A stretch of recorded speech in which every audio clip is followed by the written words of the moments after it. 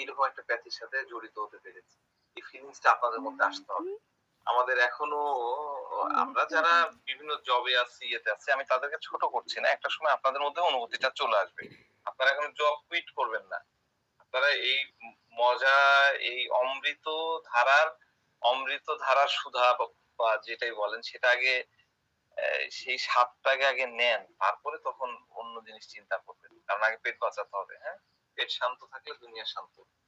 তো যে যেখানে আছেন। কিন্তু এই প্যাথির মধ্যে জড়িয়ে যান। কিন্তু এই প্যাথিতে যারা আছেন ধরেন পার্মানেন্টলি এটার সাথে জড়িত, মানে ওয়ান অ্যান্ড অনলি জব, তারা এর সাথে আপনি ফ্লেক্সি লোড করতেছেন, এর সাথে আপনি আরেকটা ব্লক বটিক করতেছেন, এর সাথে আরেকটা প্যাথিকে জুড়ে দিচ্ছেন। তার মানে আপনি কিন্তু ওই ব্লেসটা পাচ্ছেন না। এটা ভালো করে মাথায় রাখবেন। আমি কিন্তু একটু অন্য লেভেলে কথা বলতেছি। আমার সাথে অনেকে একমত নাও হতে পারেন। কিন্তু এটা মাথার মধ্যে আপনাদেরকে রাখতে হবে। দেখেন, আমাদের জন্য খুবই একটা বিব্রতকর অবস্থায় আমরা পড়ি। আমিও নিজেরাও ইয়ে করি। কেউ যদি আমাকে জিজ্ঞাসা করে তুমি কি করো? আমি যে হোমিওপ্যাথি করি বা আমি যে হোমিও ডক্টর, হোমিও ফিজিশিয়ান বা হোমিওপ্যাথ, এটা বলতেও কিন্তু আমাদের লজ্জা লাগে। লজ্জায় মানুষের মাথা নত হয়ে যায়। আরে বাবা, কে কি ভাববে, যার নাই গতি সে করে হোমিওপ্যাথি, সে পড়ে হোমিওপ্যাথি। এই বিষয়গুলা আমাদের মাথার মধ্যে কাজ করে। কিন্তু আপনি যদি ঐরকম হীনমন্যতায় ভোগেন তাহলে ডেফিনেটলি কখনো বড় একজন হোমিওপ্যাথ হতে পারবেন না। আপার লেভেলে হোমিওপ্যাথ হতে পারবেন না। আপনার মধ্যে একটা অ্যাটিটিউড থাকতে হবে। না, আই ক্যান ডু, আমি পারি, আমি যেকোনো জিনিস ট্যাকেল করতে পারি, আমি যেকোনো জিনিস ডিল করতে পারি। এই ফিলিংসটা, এই মেন্টালিটিটা আপনার মধ্যে থাকতে হবে। তাহলে না আপনি একজন খুব ভালো হোমিওপ্যাথ হতে পারবেন। তো যাক, গতদিনের যে কেসটাতে আমরা হিন্ডার্ট কি খুঁজে পেয়েছিলাম? গত দিনের কেসে কেউ বলবেন? হিন্ডার্ট খুঁজে পাইনি কেউ?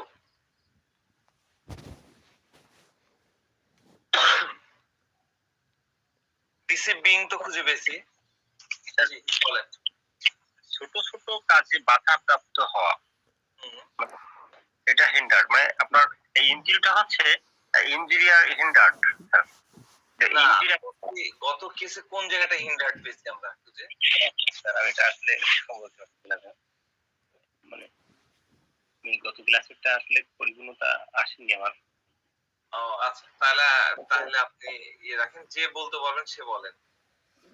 আমরা গত কেসের ইয়েটা নিয়ে আলোচনা করছি। আমরা কি খুঁজে পেয়েছি, নাকি আমরা কেউ শুনিও নি, আমরা পরে ভিডিও দেখিনি?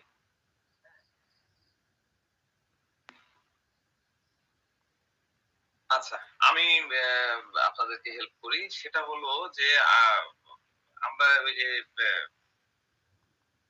মানে যে রুব্রিক্স গুলা হিন্ডার, তারপর ডেলুশন, ডিসিভিং, এই ইয়েগুলো তো আমরা পাচ্ছি ধরতে। আমরা যে জায়গাটা থেকে মানে আলোচনাকে হটিয়ে ফেললাম সেটা হলো এই যে এই রুব্রিক্সটা, এটা সম্ভবত সিএম দিয়েছিল, express one self can not express one self, express one self can not express. রুব্রিক্সটা হলো express can not express one self.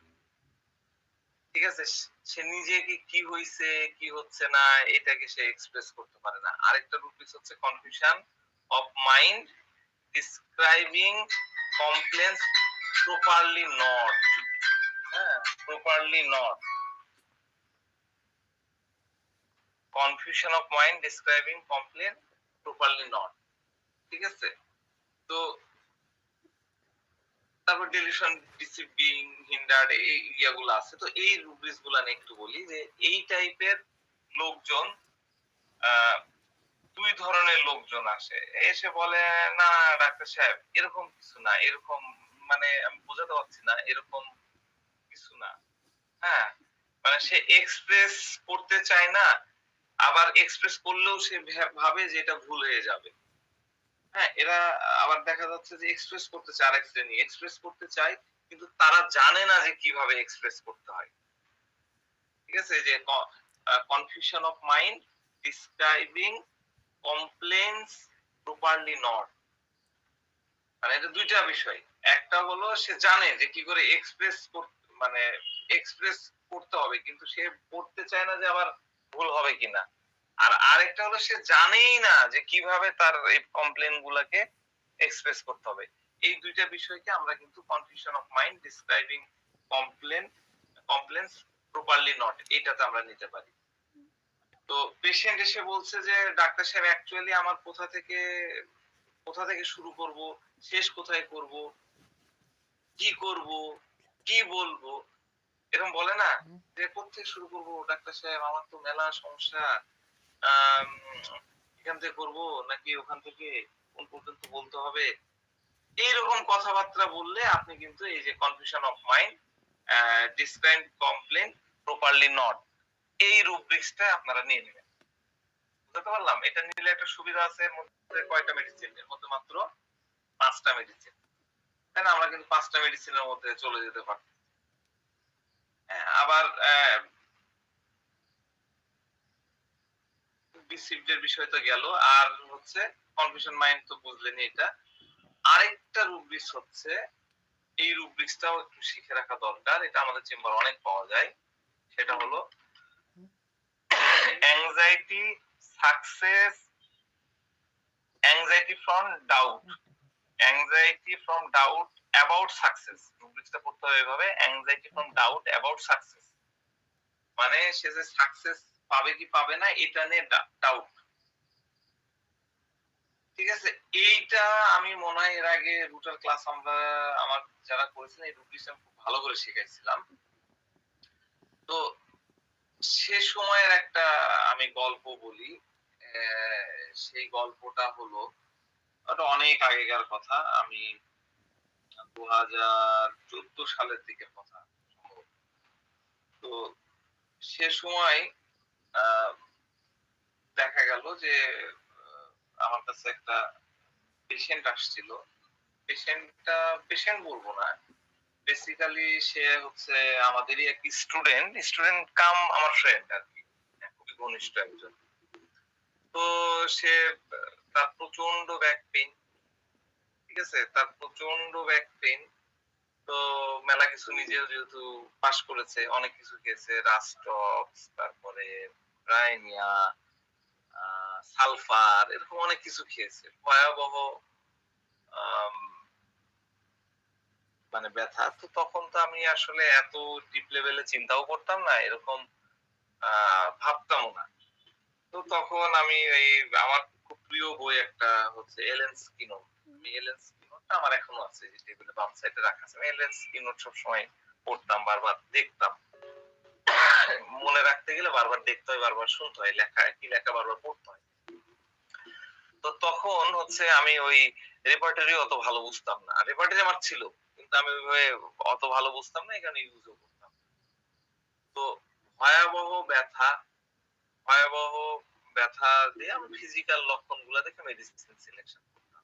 তো আমি ওই যে এলএন এর কি নোট পড়তেছিলাম, পড়তে পড়তে যে দেখলাম যে ব্যাক এক with bending down aggravation with flexor muscle, এরকম একটা এলএন এর কি নোট নাই, মানে এলএন এর ম্যাথমেটিক্যাল ডিকশনারি অন এলএন, বইটার নাম ভুলে গেছি আমি, এটা কি নোটে না, ওটা ওই বইটাতে আছে। আর এমনি ইয়েতে আছে ব্যাক এক, মানে মাজা ব্যথা relieved by lying on back, back এক মানে যেখানে ব্যাকে ব্যথা হচ্ছে সেই দিকে একদম হয়ে শুয়ে থাকলে সেটাতে রিলিফ পাওয়া যায়, এরকম একটা সিম্পটম ছিল। তো সেইটা আমি দেখলাম যে ওর সাথে তো মিলে যাচ্ছে। তো তাকে রুটার 200 একটা ডোজ দিলাম। তখন আমি 30-200 ছাড়া ইউজই করতাম না, 200 একটা ডোজ দিলাম।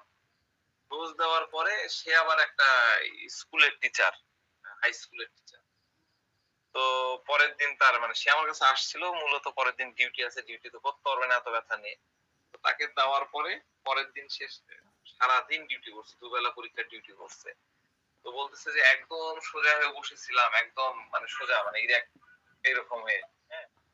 তো কোনো ঝামেলা হয়নি, কিচ্ছু হয়নি, কিন্তু ওষুধ খাওয়ার আগে তার প্রচন্ড প্রবলেম ছিল। তো ফিজিক্যাল সিমটমের উপরে দেওয়া হয়েছে, ফিজিক্যাল সিমটমের উপরে দেন আর যাই হোক, সিমিলিমাম হলে তো হোমিওপ্যাথি মেডিসিনের উপরে আর কিছু হতেই পারে না।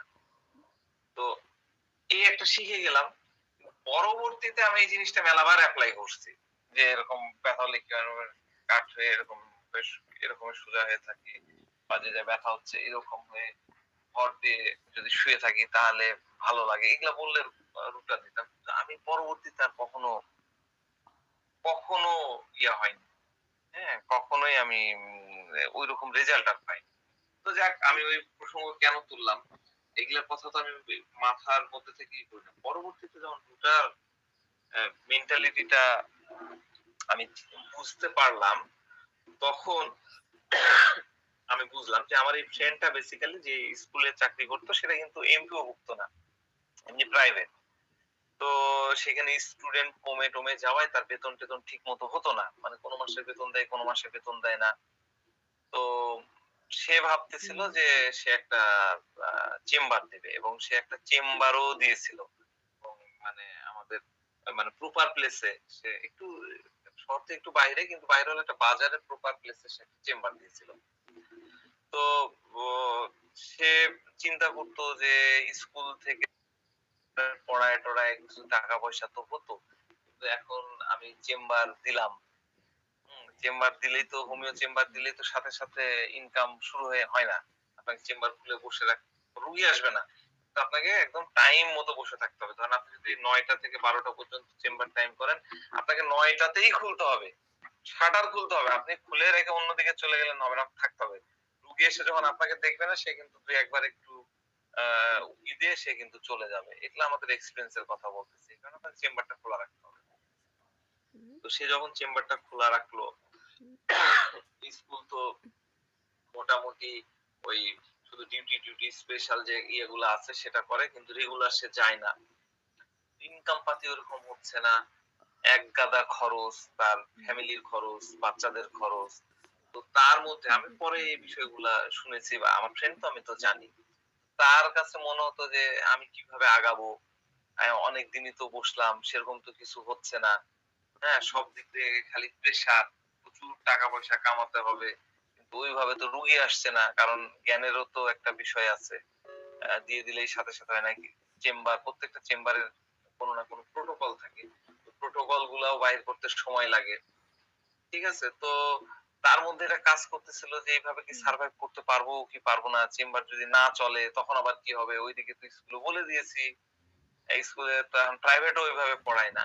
এই যে তার মধ্যে যে সফল হতে পারবো কি পারবো না, চেম্বার দিয়ে আমার ফ্যামিলি চলবে কি চলবে না, মানে আমি সাকসেস হতে পারবো কি পারবো না, এটাই হলো anxiety from doubt about success. আমি কি বুঝাতে পারলাম? Anxiety from doubt about success. Yes sir. তো রুগী ভাবছে যে আমি চাকরি করছি, ইনকাম করতে পারছি না, সেই লেভেলে ইনকাম করতে পারতেছি না, বিয়ে করতে হবে, এই টাকা দিয়ে আমি কিভাবে সংসার চালাবো, আমি কি করে সেটেলড হব, এটা কি হবে? আমি চাকরি করছি কিন্তু সেভাবে ইনকাম করতে পারতেছি না। এখন যদি আমি বিয়ে করি, এই যে টাকা পাচ্ছি এই টাকা দিয়ে আমি সংসার চালাতে পারবো কি পারবো না, নাকি সেটেলড হতে পারবো কি পারবো না, এই থিমটা কি হলো, এই থিংকিংটা? এটাই হলো স্যার ডাউট অ্যাবাউট সাকসেস। হ্যাঁ, এটাই হলো অ্যাংজাইটি ডাউট অ্যাবাউট সাকসেস। ঠিক আছে?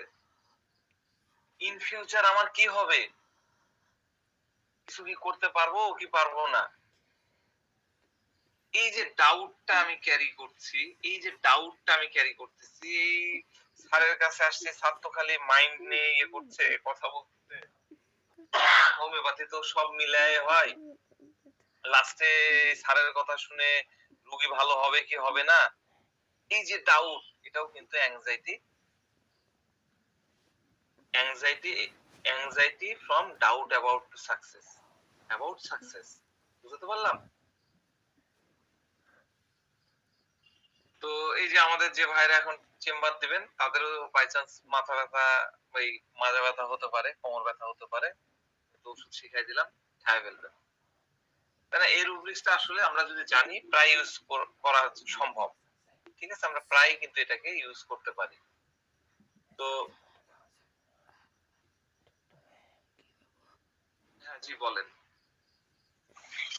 স্যার আমরা ডাব ফুল রিকভারি হব এটা আগে নিতাম আর এই ক্ষেত্রে আর কি। ডাউটফুল রিকভারির বিষয়টা হলো কমপ্লিট ডিফারেন্ট। আসলে আমি সরি টু সে আমি আসলে ইয়ে করছি কি দেখেন, আমাদের বাঙালিদের একটা বড় সমস্যা হলো আমি পড়ে গেলাম, আপনারা এটা নিয়ে চিন্তাও করবেন না, ও স্যার বলেছে স্যারের ঘাড়ের উপরে হয়েছে, যদিও আমি দায়িত্ব নিয়ে পড়াই। এটুকু আমি আপনাদেরকে বলি, আমি যতক্ষণ স্যাটিসফাইড না হই ততক্ষণ আমি একটা ওয়ার্ডও বলি না। তা আমাদের ম্যাক্সিমাম বাঙালি এদের একটাই সমস্যা, আমি বাঙালি উল্লেখ করছি, সেটা হচ্ছে যা মন চায় তার মতন আমরা কিন্তু রুব্রিক্সের ব্যাখ্যা দিয়ে দিই আর কি। কোনো দেখা দেখি নাই ওর মধ্যে কি ফিলিংস লুকানো আছে, ওর মধ্যে আসলে বক্তব্যটা কি, কোন অ্যাঙ্গেলে আসছে, এটা কিন্তু হয় না। হঠাৎ করে দেখা যাচ্ছে যে আবার একটু চিন্তা চলে আসে, ওটাকে মডিফাইড করে ফেলি। এটা আসলে তো হোমিওপ্যাথি সায়েন্স, এটা তো ওইভাবে আসে না। আমিও যে জিনিসগুলো পড়াচ্ছি এখানে আপনাদেরও যদি কোনো ডাউট থাকে সেটারও আপনাদের কিন্তু বলার অধিকার আছে, কিন্তু আমরা এটা তো করিই না। আর আমরা যখন শিখি প্রত্যেকটা জায়গা থেকে, আমি ইনফ্যাক্ট আপনাদেরকে হাতে ধরে বিভিন্ন বইয়ের ইয়েগুলো আমি প্রিভিয়াসলি দেখাই দিয়েছি যে বড় বড় করে একটা করে রুব্রিক্স ইয়ে করে সেটা ব্যাখ্যা দেওয়া আছে এবং কমপ্লিটলি ডিফারেন্ট একটা জিনিস ব্যাখ্যা দেওয়া। হ্যাঁ, তো এই কারণেই আর যারা আগে থেকে শিখে ফেলেছেন তাদের জন্য কঠিন, আমার আমার শিক্ষাটা তাদের মাথায় নেওয়াটা অনেক কঠিন, কারণ মাথার মধ্যে একটা জিনিস রাইট হয়ে আছে। সব রং সেটা আমি বলতেছি না, কিছু জিনিস রং, সেটাকে ডিলিট করে আমার জিনিসটাকে রাইট করা খুব ডিফারেন্ট টাচ আর কি। আর যারা নতুন আছেন তাদের জন্য তো সুবিধা, তারা যদি ব্লাইন্ডলি ভ্যাকেন্টলি আমাকে মানে বিশ্বাস করে যদি ফলো করতে পারেন ডেফিনেটলি পিছপা হওয়ার কারণ নেই। তবে এই যে যে কথাটা বলে রাখলাম, এটা আপনারা যা শিখছেন শিখেন, কোনো ইয়া নেই, কিন্তু আজ থেকে এটা ইউজ করেন, এটাতে আপনার রেজাল্ট পাবেন। আমি পার্সোনালি এটা ব্যবহার করি, আমি তো প্রচুর রুটা দিই। আমার সাথে যারা রেগুলার যোগাযোগ রাখেন তারা জানেন যে রুটা ও বেলেডোনার মুঠো দিই, অনেক রুটা দিয়ে।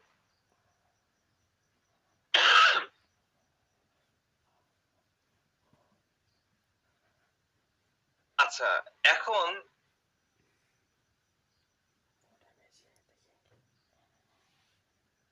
ধরেন যে একটা পেশেন্ট আসছে, এসে যদি বলে যে কিভাবে হবে ডাক্তার সাহেব, আমি এই মনে করেন নতুন একটা কিছু সে চালু করছে, সেটাই বলতেছে যে আমি একটা চালু করতে চাচ্ছি, কিভাবে কি হবে কে জানে, এই টেনশনে আমি সারাদিন ঘুমাতে পারি না। এই পরিস্থিতি থেকে আমি করতে পারবো, এরকম ইয়ে থেকে আমি পারবো, আমি কি পারবো না, আহ এটা কি হবে কি হবে না, এইরকম বিষয়গুলোও যদি মনের মধ্যে ঘটতে থাকে তখন আপনারা কিন্তু এই রুব্রিক্সটা নিতে পারবেন। এই বিষয়গুলো খুব ইম্পর্টেন্ট, আপনার এই ভাবনাগুলোকে বুঝতে হবে।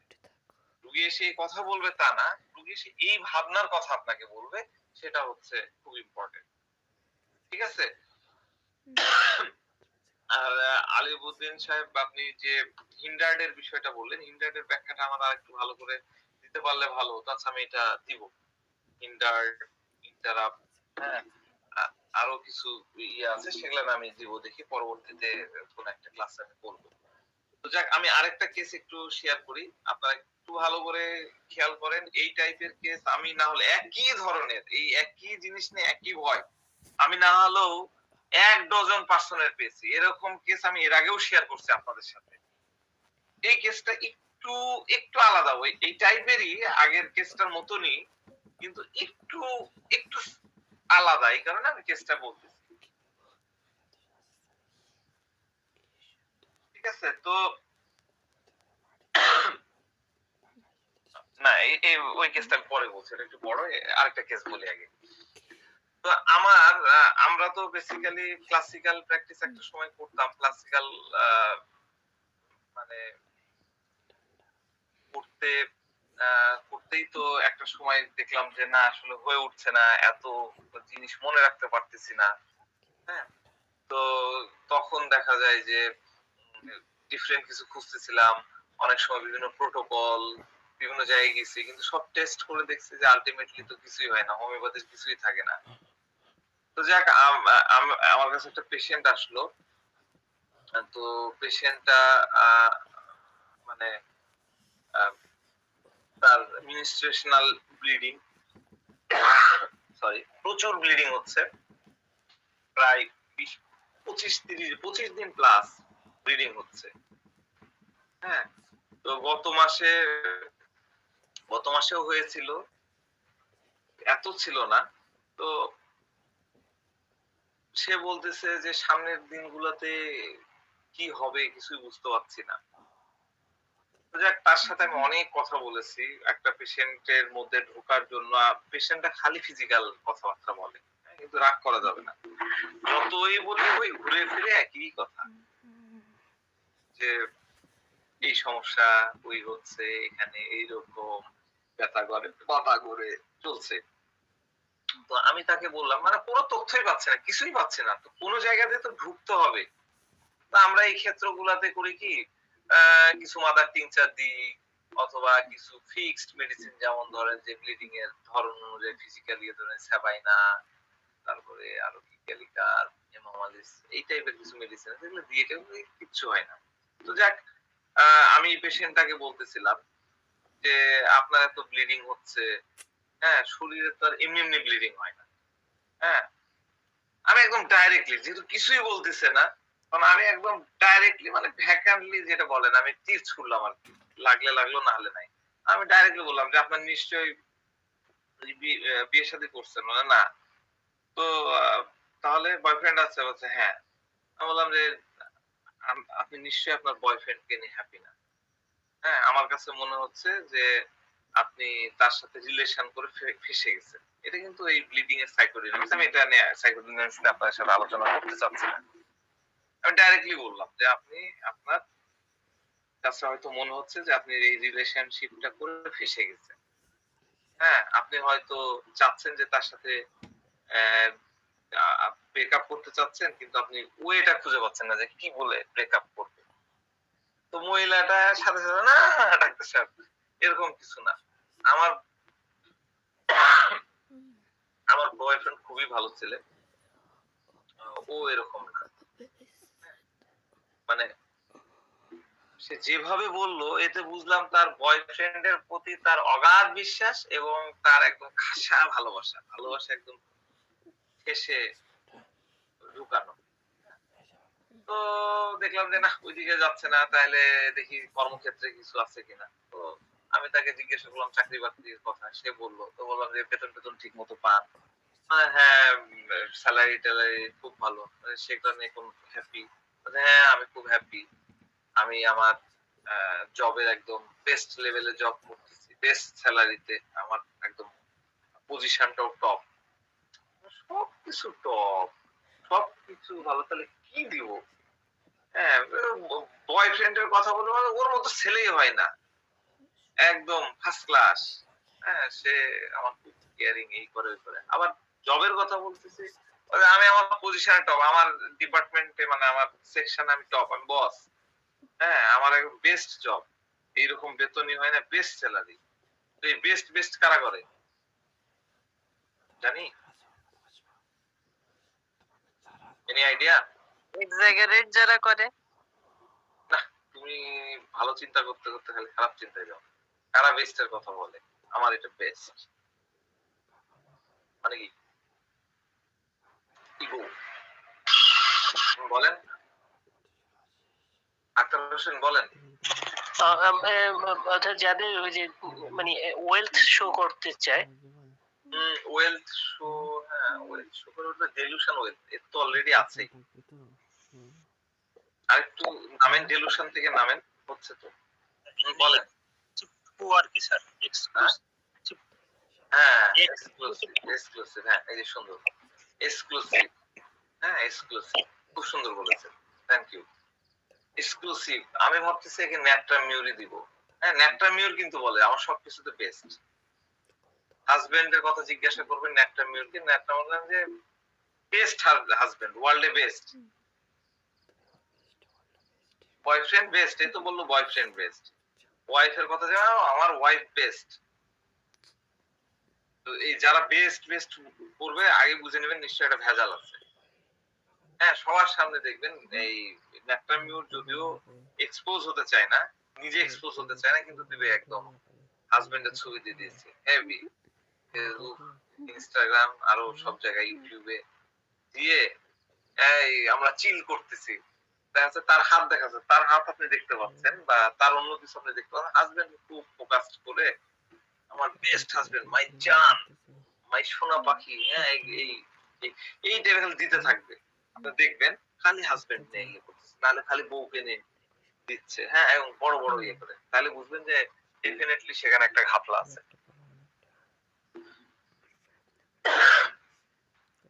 হ্যাঁ, এটা আপনাদের মনে রাখতে হবে। তো যাক, আহ, মহিলাটা শেষ সময় বললো যে আমার বয়ফ্রেন্ডকে আমি প্রচন্ড ভালোবাসি, সেও আমাকে প্রচন্ড ভালোবাসে। আমরা এই এই এলাকার উত্তরবঙ্গের মেয়ে, মানে এখানকার মেয়ে, আমাদের এখানকার মানুষ। আর আমার বয়ফ্রেন্ডের বাড়ি হলো চিটাগাং, সে চিটাগাং এর। তার ফ্যামিলি খুবই স্ট্রিক্ট। সে আমাকে বলে যে তার বাবা যদি পারমিশন না দেয়, মানে তাদের বিয়েতে তার বাবা যদি পারমিশন না দেয় তখন কি হবে। আমার বাবা যদি পারমিশন না দেয় তখন কি হবে, মানে ছেলের বাবা যদি পারমিশন না দেয়, মানে ছেলে তাকে বলতেছে যে আমার বাবা যদি পারমিশন না দেয় তখন কি হবে। আমার এই টেনশনটাই কাজ করে। আমার এই অ্যাফেয়ার কি শেষ পর্যন্ত বিবাহ বন্ধনে আবদ্ধ, আমরা কি বিবাহ বন্ধনে আবদ্ধ হতে পারবো কি পারবো না। যদি বিয়েটা না হয় ডাক্তার সাহেব, আমি কিন্তু ভেঙে পড়বো, আমি কিন্তু ভেঙে পড়বো। আমার এই চিন্তাটাই আমাকে কষ্ট দেয়, আমার বিয়ে তার সাথে হবে কি হবে না, কিচ্ছু খুঁজে পাচ্ছিলাম না, শুধুমাত্র এটুকু খুঁজে পাইলাম। প্রচন্ড ব্লিডিং, 25 দিন প্লাস হয়ে গেছে, ব্লিডিং অনেক বেশি ব্লিডিং, ঠিক আছে, হতেই থাকে। এখানে কি ভাবা যায়, আমি মেয়েটাকে রুটা দিয়েছিলাম, রুবলিসি নেওয়া যায়। স্যার এটাই দেওয়া যায়, অ্যাংজাইটি ফ্রম সাকসেস। কি বোঝা যায়, কি বুঝতে পারেননি? এই রুব্রিক্সের সাথে দ্বিমত আছেন কে, হাত তোলেন।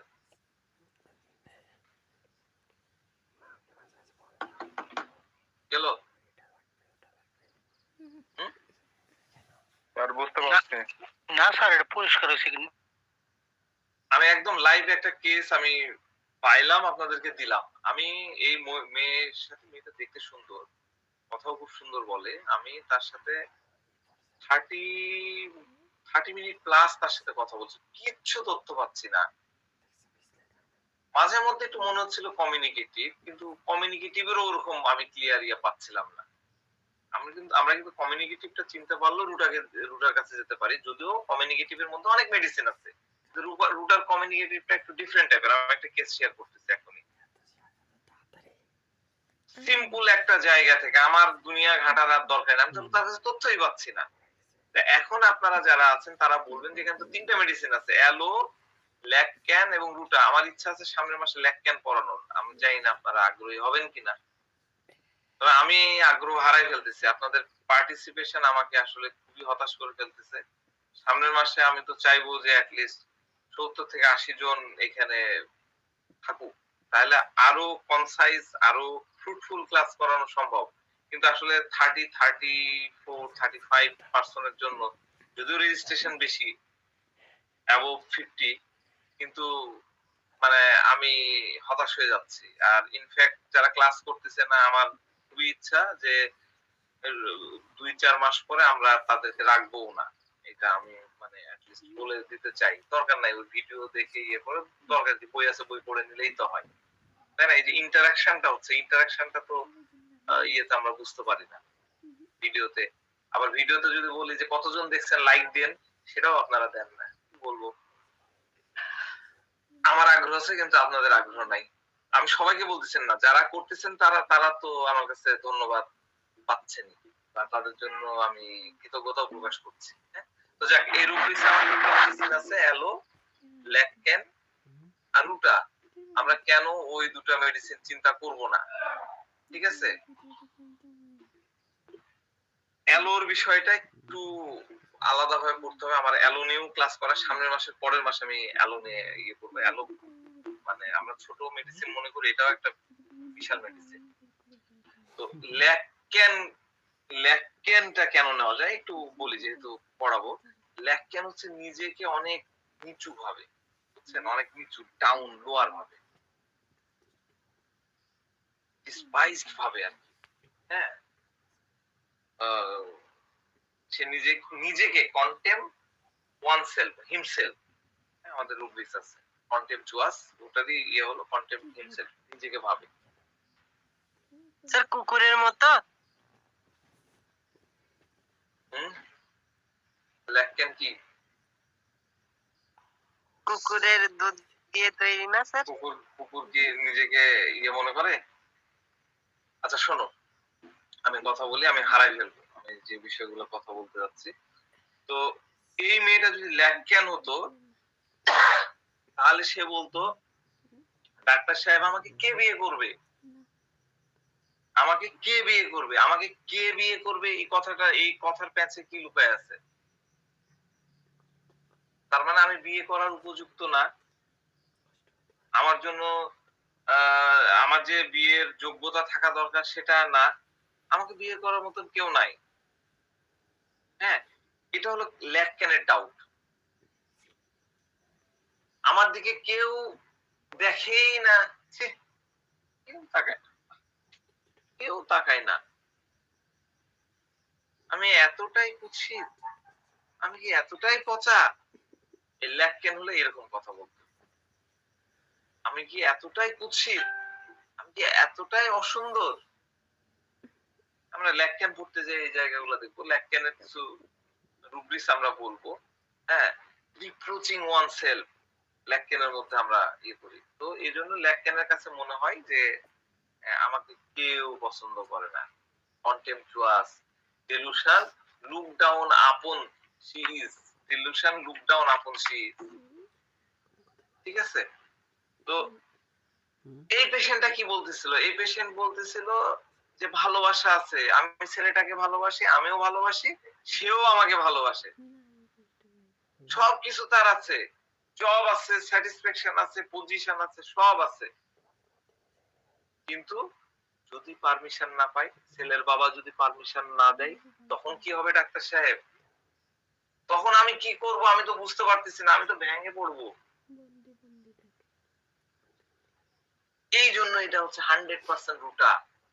Anxiety from doubt about success. Anxiety from doubt about success. আমি বিয়ে করতে সফল হব কিনা, আমি কি তার সাথে বিবাহ বন্ধনে আবদ্ধ হতে পারবো কিনা, সেই কথাটা বলছিল।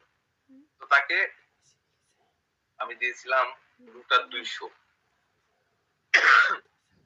দেওয়ার পরে তার একদম ব্লিডিংটা কমে যায়। তাকে জিজ্ঞাসা করেছিলাম যে ফলো আপে, আপনি মনের দিক দিয়ে কেমন আছেন? পেশেন্ট বলছে খুব ফ্রেশ লাগছে, আগের থেকে অনেক ভালো লাগছে, মেজাজটা ফুরফুরে থাকছে। তখন তাকে একটু বললাম যে কি ব্যাপার, বিয়ের বিষয়? হ্যাঁ, বিয়ের বিষয় নিয়ে কি ভাবনা হচ্ছে? তো মহিলা সাথে সাথে বলতেছে যে আমি এখন কি ভাবি, আমি কি বলি তাকে জানেন? বিয়ে যদি করতে হয় তাহলে আমার সাথে তোমার বিয়ে হবে, আমার বিয়ে তোমার সাথেই হবে। এই কনফিডেন্সটা তার মধ্যে আছে। আমি বললাম যে আগে যে বিয়ে হবে কি হবে না টেনশন করতেছিলেন ওইটা, হ্যাঁ, এখন কি হয়? টেনশন তো একটু থাকে, যতক্ষণ না বিয়েটা হচ্ছে ততক্ষণ তো থাকবেই। কিন্তু ওষুধ খাওয়ার পরে আমার মনে হয়েছে বিয়ে হলে আমার তার সাথেই বিয়ে হবে। তাহলে দেখেন কনফিডেন্স লেভেলটা কোন জায়গায় নিয়ে গেল। আগে তার ডাউট, তার অ্যাংজাইটি, হ্যাঁ, success, anxiety from doubt about সাকসেসটা কোন জায়গায় ভ্যানিশ হয়ে গেল। এই হলো হোমিওপ্যাথি। এর পরবর্তীতে আমরা এরপরও আসছিল তাদের ইয়েতে, ওই 6-7 মাস পরে কিন্তু ওই ছেলের সাথে তার বিয়ে হয়। ঠিক আছে? কত মজার, এই ছোট ছোট জায়গাতেও কিন্তু যাওয়া যায়। পুরো পার্সোনালিটিও আছে। অনেক সময় পার্সোনালিটি খুব ক্লিয়ার কাট পাওয়া যায়, অনেক সময় দেখা যাচ্ছে পার্সোনালিটি অত ক্লিয়ার কাট পাওয়া যায় না। আপনি এরকম কোন শেড পেয়ে গেলেন, মানে শেড তো না, ফ্যাসেট, এরকম কোন ফ্যাসেট পেয়ে গেলেন, তখন আপনি ম্যাচিং করতে আপনার জন্য ইজি হয়ে যাবে। তো রুটার সব কেসেই কিন্তু হিন্ডারেন্স আছে। আমাদেরকে শুধুমাত্র আমাদের চোখ কান খোলা রাখতে হবে, আমাদের অন্তর্দৃষ্টিটাকে বাড়াতে হবে, ক্যাপাসিটি বাড়াতে হবে, তাহলে আমরা কিন্তু দেখতে পাবো। তো যে কেসটা আমি একটু আগে শেয়ার করতে চাচ্ছিলাম সেটা বলি। এরকম আমি একটা কেস আপনার সাথে ইতিপূর্বে শেয়ার করেছি। এটা একটু স্পেশাল এই কারণে বলছি, ভালো করে খেয়াল করেন। এটা একটা মহিলা পেশেন্ট, এনার বয়স হচ্ছে 40 বছরের মতন। তার হাজবেন্ডের সাথে করে তিনি আসছিলেন। হাজবেন্ডের ভয়াবহ কাশি ছিল। তো তাকে আমি আমার মনে আছে কুপ্রাম মেড দিয়েছিলাম। আমি তখন কুপ্রাম মেড মোটামুটি মানে হজম করতে পেরেছিলাম। মানে আমরা তো ডাইজেস্ট হয়ে গেছিল। তো আমি প্রথমেই বুঝে ফেলছি যে এটা কুপ্রাম মেড। হ্যাঁ, যদিও আমরা কুপ্রাম মেড কিসে দিই? এপিলেপটিক কনভালশন, তাই না? তো এই হাজবেন্ড ছিল প্রচন্ড ডমিনেটিং, ডিক্টেটোরিয়াল, একদম মনে হচ্ছে আর্মি অফিসারের মতন, কমান্ডার টাইপের আর কি। আর মহিলা তো একদম আমাদের একদম লোকাল, একদম সাদাসিধে মহিলা। তো আমি পেশেন্টকে বললাম যে আপনার হাজবেন্ড তো ওষুধ দিয়ে দিলাম, তারপর তার ফলো আপ দিলেন না এতদিন থেকে। বলছে যে আপনার এক ডোজে ভালো হয়ে গেছে, আর ওই কারণে আসেনি। হ্যাঁ, তো বললাম যে আপনাকেও তো মনে হয় ওষুধ দিয়েছিলাম, তো কি হয়েছে বলেন? তো পেশেন্ট বলতেছে যে আমি আপনার কাছে ওষুধ আমরা খাম দিই, খামে লেখা থাকে, তো ওষুধের কাগজটা খুঁজে পাচ্ছি না। তো আমি তো আপনার কাছ থেকে প্রায় বছর খানিক হয়ে গেল পেটের ব্যথার জন্য এসেছিলাম। তো আমার সমস্যা গিয়েছিল, তখন আমি ফিজিওথেরাপিও নিয়েছিলাম। এখন কি প্রবলেম? বলে যে এখন খুব পেইন হয়। হ্যাঁ, আমি এর জন্য ফিজিওথেরাপি আবার নিলাম, আল্ট্রাসাউন্ড করলাম, ক্যালসিয়াম সাপ্লিমেন্ট খেলাম, তো পেইন হয় বলে থেকে গেল। তো আমি তাকে প্রশ্ন করলাম যে আপনার এক্সাক্ট পেইনটা কোথায়? তো মহিলাটা সুন্দর করে এইভাবে দাঁড়িয়ে গেল, দাঁড়িয়ে যায় একদম দেখেন, হ্যাঁ, এই যে এইখানে ডাক্তার সাহেব, এই জায়গাটা দেখেন, হ্যাঁ, এই পয়েন্টটা, ব্যথাটা এখান থেকে শুরু। তো আচ্ছা আচ্ছা বুঝছি, বসেন বসেন। তো পেশেন্ট বলছে যে 1 মাস আগে আমি বসতেই পারতাম না, ওরকম প্রায় মানে ওরকম কন্ডিশন প্রায় 10-12 দিনের মতো ছিল। আমি তাকে বললাম যে বর্তমানে কি আপনি কোনো কিছু নিয়ে স্ট্রেসের মধ্যে আছেন? কিছু না, একটু হাসি দিয়ে বলতেছে কিছু না। তো যেহেতু কুপ্রাম মেটের বউ, তার মানে ডেফিনেটলি হাজবেন্ড তো আপনার ডমিনেশন করবেই।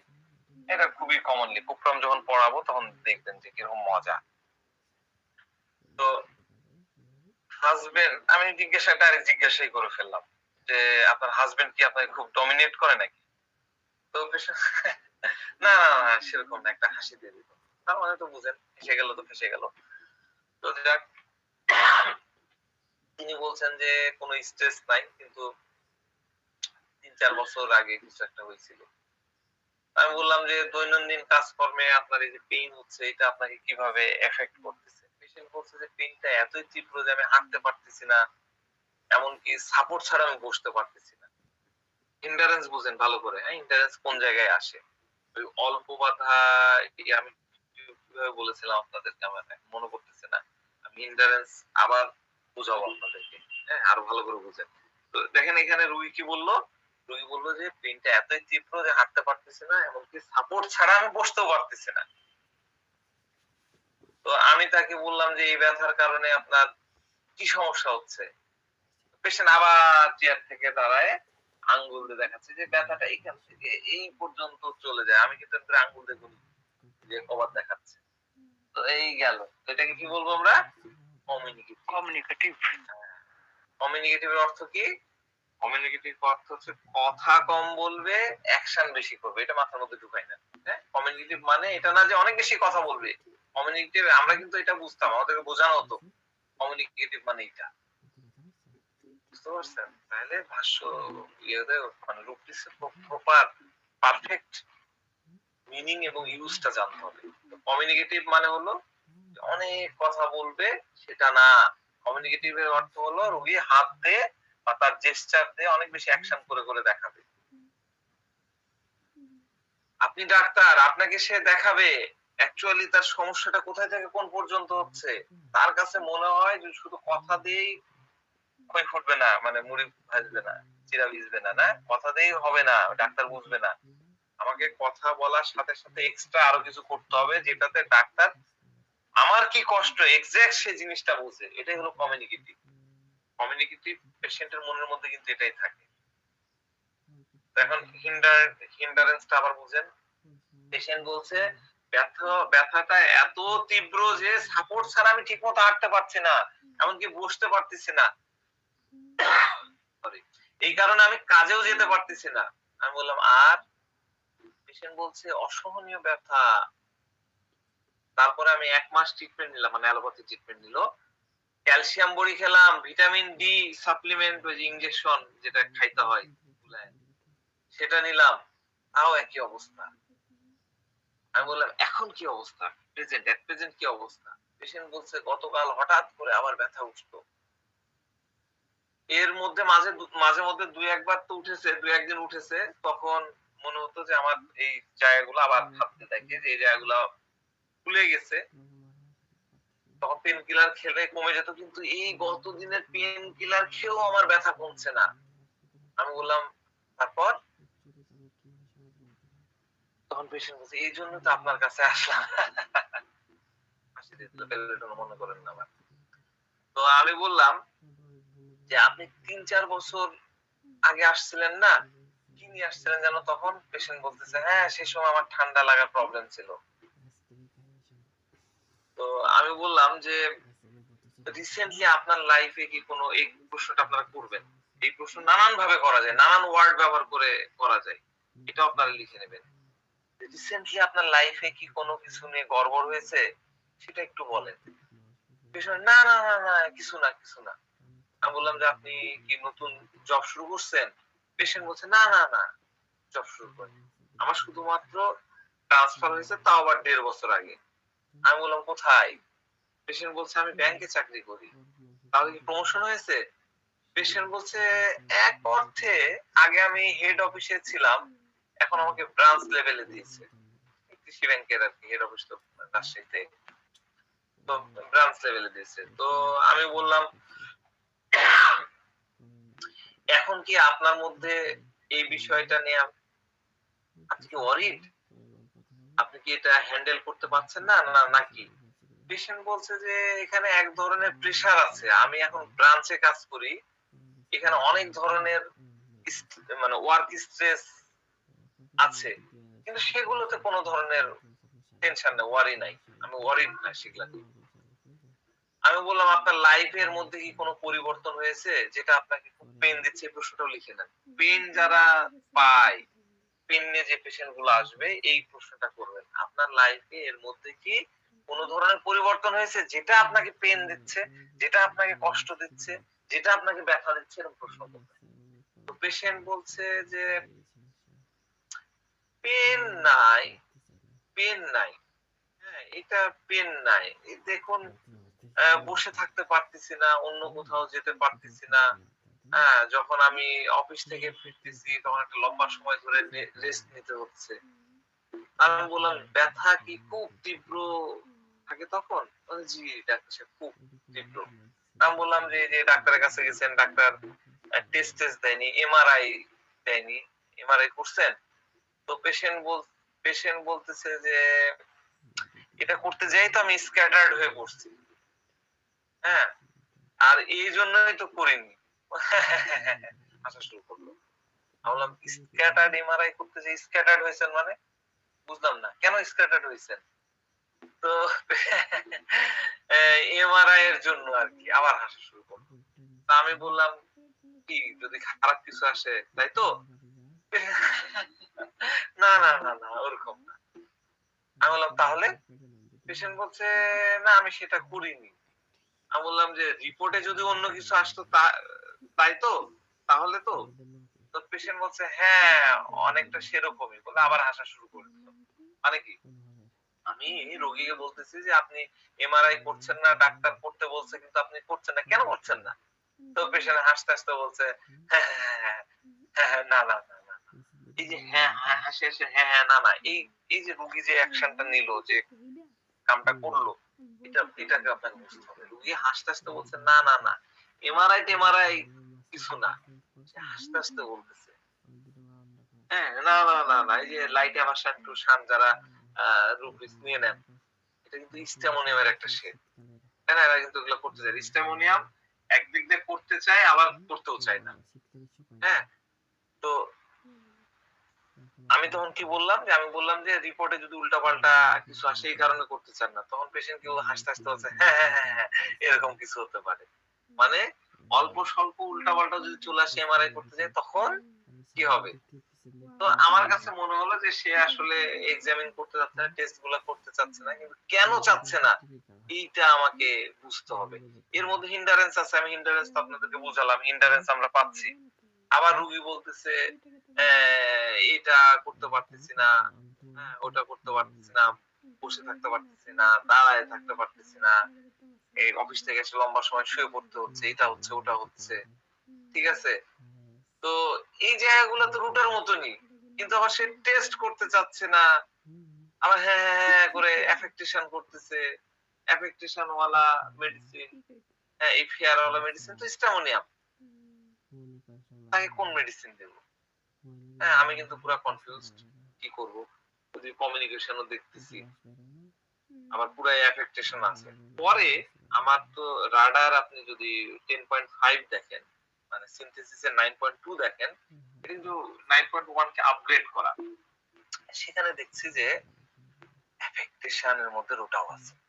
সেও তার ভয়কে লোগায়, ওই যে করে হাসতেছে, ঠিক করে হেসে দিচ্ছে, কথা বলতে বলতে হেসে দিচ্ছে না না না না না না না, এই যে কথা, এটা কিন্তু অ্যাফেক্টেশন। আমাদের রুবলিস আছে না অ্যাফেক্টেশন, অ্যাফেক্টেশনটা লিখে দেবো, অ্যাফেক্টেশন। অ্যাফেক্টেশন মানে কি? তার ভয়টাকে লুকিয়ে ফেলতেছে হাসির মাধ্যমে।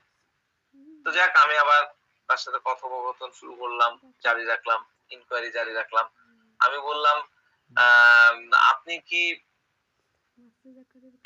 এই রকমটা, এই ব্যথা এই রকমটা কারোর সাথে হতে দেখেছেন? এই যে মাজা ব্যথা এবং আপনার মতন সাফারিং এরকম কেউ করছে? তখন পেশেন্ট বলছে হ্যাঁ আমি দেখেছি। এগুলো কিন্তু রুটার কনফার্মেটরি, রুটার অনেকগুলো কনফার্মেটরি কোশ্চেন আছে, তার মধ্যে এটা একটা। হ্যাঁ আমি তো অনেক সাজিয়ে গুছিয়ে আপনাদেরকে মনে হয় ওইভাবে পড়াতে পারছি কিনা। তৃতীয়বার আমি যখন এই মেডিসিন গুলো নিয়ে আবার পড়াবো, তখন দেখবেন যে আরো কনসাইজ করে পড়াতে পারছি। আমরা প্রত্যেকটা মেডিসিনকে কনফার্ম করার জন্য দুই চারটা কিছু কনফার্মেটরি কোশ্চেন করি। আবার এই শেষে আবার বলেন না যে আমাদেরকে একটা লিস্ট দিয়ে দেন, আমি ওই লিস্ট দিতে পারবো না, আমার কাছে লিস্ট করে না, এগুলো ইনস্ট্যান্ট মাথার মধ্যে আসে। তো যাক, তাকে যখন জিজ্ঞাসা করলাম এরকম, তখন রুগী বলতেছে হ্যাঁ আমি দেখেছি। কার? পেশেন্ট বলছে আমার ফ্রেন্ডের। আমার ফ্রেন্ডের। আমি বললাম যে আপনি এত স্ক্যাটার্ড হয়ে পড়েছেন কেন? আপনি এত স্ক্যাটার্ড হয়ে পড়েছেন, আপনার কাছে মনে হচ্ছে যে তার মতো যদি আপনার সাথে হয়ে যায়, তখন পেশেন্ট মাথা নাড়ে হ্যাঁ ডাক্তার সাহেব, আবার হাসি, হাসিটা কিন্তু মুখের মধ্যে রাখছে, অ্যাফেক্টেশনের হাসি। আমি বললাম ধর এত টেনশন করছেন, আপনাকে এক ডোজ দিয়ে দেবো, আগামীকাল থেকে আপনি দৌড়ে বেড়াবেন, সব ঠিক হয়ে যাবে। তো আমি বললাম যে আপনার বন্ধুর কি হয়েছিল? পেশেন্ট বলছে যে কিছু না, কিছু না।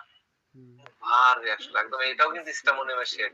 স্টামোনিয়াম রোগের কথা মুখ জানতে পারে না, ভার করে একদম, মানে একদম এখনই মেঘ চলে আসছে, এখন বৃষ্টি হবে। তাই বললাম কি বলবেন না কি হয়েছিল? তো মন মরা হয়ে একদম ফুপায় ফুপায় উঠছে। আমি বললাম এই এত ইমোশন হয়ে পড়ছেন কেন? এই বলা মাত্র পেশেন্টের চোখ দিয়ে শুরু হয়ে গেল পানি ঝরা। পেশেন্ট বলছে না কিছু না, এটা বাদ দেন। আমি বললাম না বলেন তো কি হয়েছে? রোগী বলতেছে যে তার এইরকম স্পাইনে একটা প্রবলেম হয়েছিল, সেটা অপারেশন করতে গেছে। আমি কিন্তু এর আগেও এরকম পেশেন্ট পাইছি, একই কথাই বলে। তো আমি বললাম ও আচ্ছা। তো এরপর তো এটা শুনে আপনার মাথার মধ্যে চিন্তা চলে আসছে। পেশেন্ট বলছে হ্যাঁ আমি খুব স্ক্যাটার্ড হয়ে পড়েছি, আমার মাথা থেকে দুশ্চিন্তা যাচ্ছে না। আমি বললাম যে আরে আমি আছি না, আপনি এত টেনশন করছেন কেন? আজকে ওষুধ খাবেন, সকালে দেখবেন যে সব একদম নাই হয়ে গেছে। তাহলে আমরা কি কি পেলাম? অ্যাফেক্টেশন পেলাম, fear injury of being injured পেলাম, লাইট ডিজায়ার পেলাম, তাই তো, অ্যাংজাইটি ডার্ক পেলাম, তাই তো? তাহলে এত কিছু পাইলাম, তাহলে স্টামোনিয়াম কেন হলো না? এটাই হলো বোঝার বিষয়। আমি বারবার এটাই বোঝাচ্ছি। আমরা আগে স্টামোনিয়াম, সত্য বলতে গেলে আপনি যদি আমার 14, 15 সাল, 16 সালের খাতা দেখেন, খালি বেলেডোনা, স্টামোনিয়াম, হায়াসোমাস, ল্যাকেসিস, মাঝে মধ্যে ভিরেট্টাম, এই 4টা 5টা মেডিসিনের বাইরে আমার প্রেসক্রিপশন ছিলই না। অদ্ভুত ব্যাপার। রোগী হতো, আবার 3 মাস 4 মাস পর পর আবার আসতো। আমাদের যারা পুরনো আছেন তাদেরও এই অভিজ্ঞতা থাকার কথা, কারণ আমরা ওই একটা জায়গাতেই, ওই একটা জায়গার মধ্যে আবদ্ধ ছিলাম, এক্সপ্লোর করিনি। স্টেমোনিয়ামের মতনই দেখতে যে আরো কিছু মেডিসিন আছে, ওটা জেলসিমিয়ামও হতে পারে, ওইটা রুটাও হতে পারে, আমরা এটা কখনোই ভাবি। এটা হলো বোঝার বিষয়। আপনারা খেয়াল করছেন কিনা জানি না, আমি দুবার এই লাইনটা বললাম, যে আমি তাকে বলছি যে আরে এত টেনশন করে, এত স্কার্টেড হওয়ার কি আছে, আপনি টেনশন করছেন কেন, আমি আছি না, আমি তো এখানে আছি। আমি যদি কনফিডেন্স গুলো রুগীকে দিই, এটা মানে কি, আপনি যান, আমার হাত তো আছে, আপনি টেনশন নিয়েন না, আমাকে তো পাবেন। এই ইয়েটা তো, কনফিডেন্সটা তো রুগীকে, এই ইয়েটা তো আপনাকে দিতে হবে। আপনি যদি ডাক্তার, আমি ডাক্তার, এটা ওইটা, হ্যাঁ ঠিক আছে, কাজ করে লিখে দিলাম, এরকম আচরণ করেন, পেশেন্টগুলো যাবে কোথায়? দেখেন, আমরা তো বিধাতা না, আমরা তো ঈশ্বর না, আমরা সৃষ্টিকর্তা না। আমরা কি সৃষ্টিকর্তা? আমরা সৃষ্টিকর্তা না। আমরা বলতে পারবো না। হ্যানিম্যানও বলতে পারেনি যে আমি অসুখ ভালো করবো। সে বলেছে আই অ্যাডমিয়ার হি কিউরস। সে বলেছে। আমরা তো তার নাতিপুতি, তাই না? আমরা বলতে পারবো না আমরা কোন অসুখ ভালো করতে পারবো না। আমরা যদি একটু অ্যাসুরেন্স দিই, আরে ঠিক হয়ে যাবে, আরে টেনশন নেন না, এক ডোজেই খান, এই ইয়েটা যদি একটু কনফিডেন্স নিয়ে বলেন, হ্যাঁ ফেল করে কথা বলতেছেন, কোনো ওয়েটলেস ভাবে কথা বলতেছেন, এই কথাগুলো, তাহলে হবে না। আপনি অ্যাসুরেন্স দেন, একটু বলেন, একটু বললে তো টেনশন অনেকখানি, আরে টেনশন করেন না, ঠিক হয়ে যাবে, এই ওষুধটা খান না, কালকে দেখবেন দৌড়ে বেড়াবে, এই একটু খালি দেন। না হলে বলেন যে আরে আমার কাছে আসছেন, আমি আমার দিক থেকে বেস্ট ট্রাই করব, আমি আপনাকে বেস্ট মেডিসিনটা দিব, আপনি ঠিক হয়ে যাবেন, টেনশন করেন না তো। এই কথাটা কিন্তু বলাটা খুব জরুরি। ওষুধ দিবেন, এটুকু দিবেন, এই কথাটা বলবেন, আমি আছি না, এত টেনশন কেন? তো যাক, এইটা হলো একদম কনফার্ম একটা রুটার ইয়া। আমি কমিউনিকেটিভ দেখেই তো রুটারতে চলে গেছি। রুটার কমিউনিকেটিভ বিষয়গুলো ওরকমই। তারপরে আমি যখন তার সেনসিটিভ পয়েন্টে টাচ করলাম, তাকে যখন ওই যে বললাম ফ্রেন্ডের কথা, তখন সেও আবার তার বন্ধুর ইয়াতে দেখাচ্ছে, দেখেন এখান থেকে তারও এই জায়গায় এরকম ছিল। হ্যাঁ, ভালো করে দেখেন, আমারও কিন্তু এই জায়গায়। তো সে বলছে যে আমার তার কথা শুনে অনেক ভয়, তার কথা মনে করে অনেক ভয় লাগতেছে। আমার যদি এরকম হয়ে যায়, আমি যদি বিছানায় পড়ে যাই, আমি এটা যাই কান্না শুরু করে দিল, তাই না? তাহলে রুব্রিক্স কি হবে এই জায়গায়? Horrible things, sad stories affects her profoundly, sir. অর্ধেক ঠিক আছে। রুব্রিক্স হবে horrible things, sad stories effect her profoundly, misfortune of others. সে অপারেশন করলো আর বিছানায় পড়ে গেল। হ্যাঁ, আমি তারপর তাকে বললাম আর কিছু, পেশেন্ট বলছে সে এখনো বিছানায়। এখন চিন্তা করেন ভয়টা কোন লেভেলে। আমি এই কাজটা আপনারাও করবেন। আমি তাকে বললাম যে তাকেও নিয়ে আসেন, দেখবো হোমিওপ্যাথিতে অনেক কিছু সম্ভব, সেও ঠিক হয়ে যাবে ইনশাল্লাহ, আর আপনি এত টেনশন করেন না। তো পেশেন্ট তাও ভয় যায়নি, সে আবার বলছে আমি এই কারণে এমআরআই করিনি, আবার বলতেছে। চিন্তা করেন কি লেভেলের ভয়, স্টামোনিয়ামের বাপ লেভেলের ভয়। যাক, ফলো আপে আসলো যখন পেশেন্ট বলছে যে অনেক উন্নতি হয়েছে, কিন্তু আবার চেয়ার থেকে দাঁড়ালো, এই যে ডাক্তার সাহেব, এই যে ব্যথাটা এই পর্যন্ত ছিল, এখনো ওই পর্যন্ত নাই, এখন এই যে ব্যথাটা আপনারা দেখতে পাচ্ছেন, এই পর্যন্ত ছিল, এখানে নাই, এই জায়গায় নাই। তো এই যে পেশেন্ট ওষুধ দিলাম যে আবার সে দেখাচ্ছে, তো আমি বললাম যে আগের তুলনায় এই জায়গার ব্যথার কি পরিবর্তন বুঝলেন? বলে যে অনেক উন্নতি হয়েছে, ব্যথা কমে গেছে। এই কোশ্চিনটা ফলো আপে করবেন, এটা লিখে নেন। সেটা হলো যে আপনি এখন ইমোশনালি কেমন আছেন, মেন্টালি কেমন আছেন, মানসিক ভাবে কেমন আছেন, যে ফরম্যাটেই বলেন, এই 3টা ফরম্যাটের যে কোনো একটা ফরম্যাটে অবশ্যই কোশ্চেন করবেন। পেশেন্ট বলছে আমি ইমোশনালি অনেক ভালো আছি। তো আমি বললাম ওই যে বন্ধু নিয়ে যে ফিলিংসটা আপনার মনের মধ্যে আসতো, ওই যে কথা আসতো, সেটার কি অবস্থা? অনেক ভালো আছি, ওই দিকটাও ভালো আছি, আমার আর মাথায় আসে না, হাসতেছে আর হাতে কি যেন ছেড়ে নেওয়া হচ্ছে। তো আমি বললাম যে এখন কি অপারেশন করতে হবে? না না না না, অপারেশন করতে হবে না। তবে ডাক্তার সাহেব, আমি যখন হাঁটি তখন এই পায়ের এই ইয়েগুলাতে মাঝে মাঝে কটকট করে শব্দ হয়, আর ওই ব্যথাটা কোমরের ওই জায়গায় ওটা একদম নাই। নাই মানে কতখানি নাই? 70% নাই। তাহলে টেনশন নেন না, ঠিক হয়ে যাবে। এটা গেল আমার ফার্স্ট ফলো আপ। এবার আমি তাকে কি মেডিসিন দেবো, তার তো ওষুধ শেষ, 15 দিন পরে আসছিল। কি মেডিসিন দেবো বলেন? আমি কি তাকে প্লাসিবো দেবো, নাকি পটেন্সি বাড়াই দেবো, না কি করবো? বলেন বলেন, কুইক বলেন, সব চলে স্যার যাচ্ছে। আমি বলবো হ্যাঁ বলেন। স্যার, প্লাসিবো দেবো। সিয়াম? যেহেতু তার কিছু কিছু স্টেট এখনো দেখা যাচ্ছে, পটেন্সিটা ইনক্রিজ করতে হবে, ফিজিক্যাল না, যেহেতু মেন্টালিও কিছু কিছু আছে, যেমন কমিউনিকেটিভটা এখনো দেখা যাচ্ছে। ঠিক আছে। রুগী কি করলো? আবার দেখালো যে এই জায়গায় পুরোটা না, অল্প একটু ব্যথা আছে। সে আগের মতনই কমিউনিকেটিভ ছিল, ঠিক আছে, কিন্তু তার ভয়টা কিন্তু নাই। ভয়টা নাই। কোন ভয়? ওই যে তার বন্ধুকে নিয়ে যে ভয়, ঠিক আছে। কমিউনিকেটিভটা কিন্তু যায়নি। আমার এই মেডিসিন সিলেকশন, আমার প্রাইমারি রুব্রিক্স মানে মেইন রুব্রিক্সটা ছিল হচ্ছে কমিউনিকেটিভ।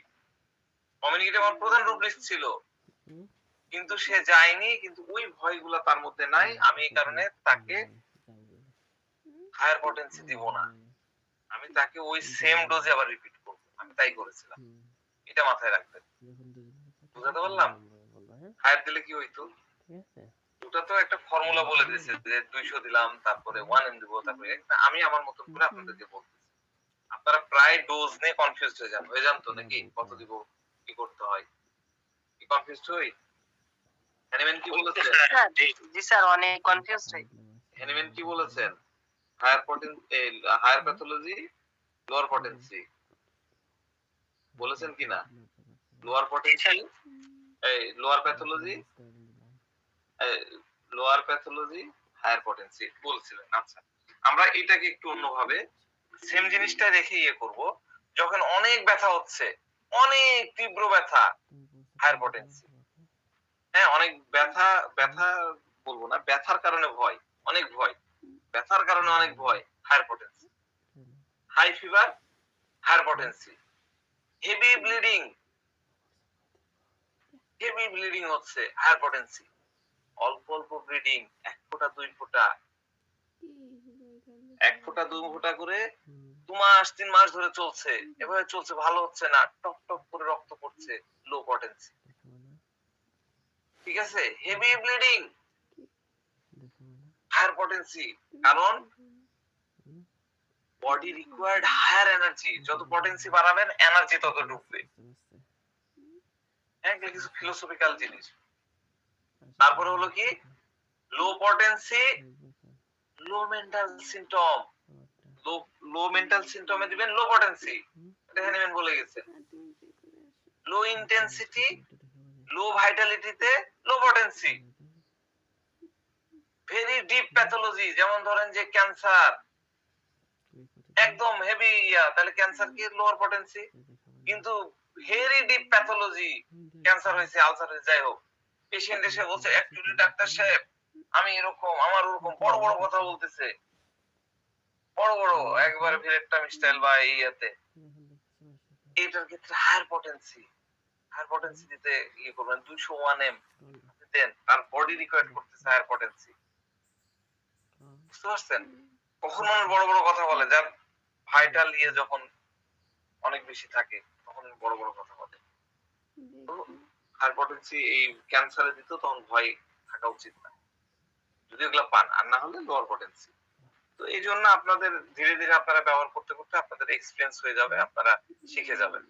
ঠিক আছে, তো এই পর্যন্তই রাখলাম। ভবিষ্যতে আবারও রুটার ক্লাস হবে। রুটার আমি আসলে অনেকগুলা কেস বলতে চেয়েছিলাম, হয়ে উঠলো না। সামনের মাসে দেখি আরো কিছু করা যায় কিনা। আর এই মাসের আমি খুব শীঘ্রই আজকালের মধ্যে সার্কুলার দেবো। আমি ভাবছিলাম একটা ভিডিও সার্কুলার দেবো, ভিডিওটা করতে পারিনি। এখন আর ভিডিও দেওয়া যাবে না, আমার তো মনে হচ্ছে ইমেজই দিতে হবে। আপনাদেরকে সবাইকে বলবো এটাকে শেয়ার করার জন্য। আপনারা ফেসবুকে শেয়ার করবেন, ইনস্টাগ্রাম বা হোয়াটসঅ্যাপে শেয়ার করবেন, আপনাদের বন্ধু বান্ধব যারা আছে তাদেরকে আমন্ত্রণ জানাবেন। এটা আমি তো আপনাদের হিসেবে আপনাদের কাছ থেকে এই আশাটা করতেই পারি। এতদিন আমরা ওপেনলি কখনোই বলিনি, এখন আমরা এটা করতে চাই। আপনারা করেন আসলে। লোকজন কলে বড়ে বাড়লে আমার নিজেরই ভালো লাগে। এই আপনাদের নিউট্রিশন হচ্ছে আমি ভালো ভালো ক্লাস নেবো, ভালো পড়াবো, ভালো জিনিস শেখাবো, ভালো টিপস দিব। এটা হলো আপনাদের ফুডিং চাহিদা। আর আমার ফুডিং চাহিদা হচ্ছে আমি অনেকজনকে দেখবো। এখানে আমি দেখতে পাচ্ছি 32 জন, আমার মন ভরতেছে না। এখানে আমি দেখতে চাই 102 জন। ঠিক আছে? তো সবাই চেষ্টা করবেন নিজ নিজ জায়গায় সবাইকে আমন্ত্রণ জানাতে। তো এই পর্যন্তই। তো সবাই ভালো থাকেন, সুস্থ থাকেন। আল্লাহ হাফেজ।